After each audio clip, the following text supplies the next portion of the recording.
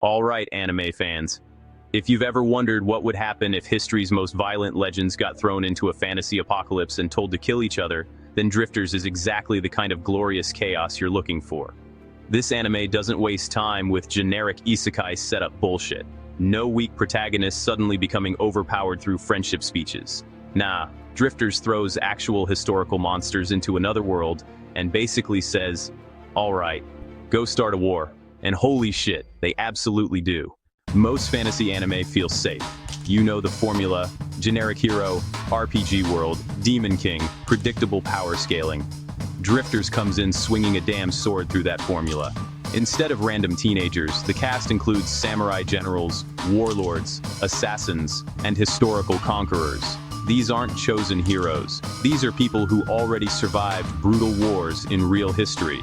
And when you put those psychopaths into a fantasy world already collapsing from conflict, yeah, things get bloody fast. The story begins with Shimazu Toyohisa, a real-life samurai from Japan's Sengoku era. After surviving a brutal battlefield encounter, Toyohisa is mortally wounded. But instead of dying, he suddenly wakes up in a mysterious hallway filled with doors. There he meets Murasaki, a strange man calmly sending warriors into another world like he's processing paperwork. Toyohisa enters one of the doors and arrives in a fantasy world filled with elves, dwarves, dragons, and kingdoms at war. But here's the twist. He's not the only historical figure there.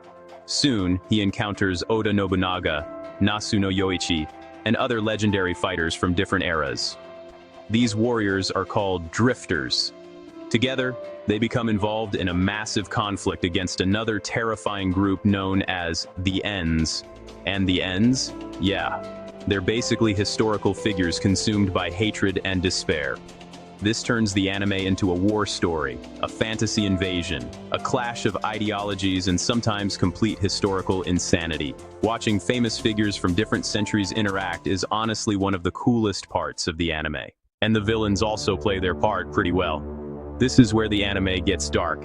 The Ends aren't just evil villains. Many of them were once heroes who, lost hope, were betrayed, or became consumed by rage. And honestly, some of their motivations feel disturbingly understandable. The anime constantly blurs the line between heroism, violence, and monstrosity. Coming to action, this is where Drifters absolutely goes hard. The combat is fast, bloody, chaotic, and well, brutal as hell. People don't just lose fights in this anime. They get torn apart, burned alive, and crushed during warfare. And the anime fully embraces the horror and madness of large-scale battle. Unlike many anime fights focused on one-on-one duels, Drifters constantly feels like actual war. You see army formations, siege tactics, psychological warfare, ambushes, and military strategies. And because many characters were real commanders, battles feel intelligent instead of random, flashy nonsense. One of the coolest concepts, honestly, is when historical warriors bring real-world warfare knowledge into fantasy battles. Nobunaga especially just changes entire battlefields using gunpowder tactics, modernized warfare ideas, and some seriously ruthless strategic thinking. Watching these fantasy armies completely panic against advanced military concepts is, well, badass as hell. Now coming to animation and music. The animation style here perfectly matches the anime's violent energy. You've got rough line work, heavy shadows, and this really aggressive visual direction. It all feels gritty and chaotic instead of polished, and honestly, that just works perfectly for this world. Blood sprays everywhere, explosions feel destructive, battles look dirty and exhausting. The anime wants warfare to feel brutal, unpredictable, and emotionally overwhelming. And honestly, it succeeds. The soundtrack sounds like civilization collapsing in real time. You get heavy drums, intense orchestration, and this war-driven energy. Every major battle feels like history itself is exploding. Coming to the themes, underneath all the violence, Drifters actually explores some surprisingly deep ideas. No matter the world, humans immediately create conflict again. The anime basically says, humanity never stops fighting. And honestly, that's pretty damn dark. The Ends show what happens when legendary people lose hope and become consumed by hatred.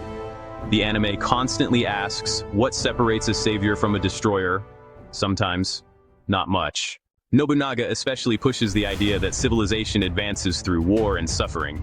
It's uncomfortable, but historically, there's truth to it, and the anime doesn't shy away from that ugliness. So why it's worth watching? A lot of modern isekai anime feel repetitive. Feels completely different because, well, the protagonists are already dangerous, the world feels genuinely unstable, battles have massive scale, and the pacing moves fast. There's almost no filler nonsense. For newer anime fans tired of generic fantasy worlds, bland overpowered protagonists, and predictable storytelling, this anime feels like a violent punch to the face, in a good way. Final thoughts. Drifters is chaotic, brutal, stylish, and insanely entertaining. It takes real historical legends and throws them into a fantasy war where strategy, violence, and madness collide non-stop. It's not trying to be emotionally comforting. It's trying to show the insanity of war, the thin line between hero and monster, and how terrifying truly ambitious people can become. And honestly, watching samurai, conquerors, and historical war criminals destroy fantasy armies together is just cool as hell. That's it for today. Share your thoughts in the comments, like and subscribe for more anime content, and I'll catch you in the next one, my historical warriors.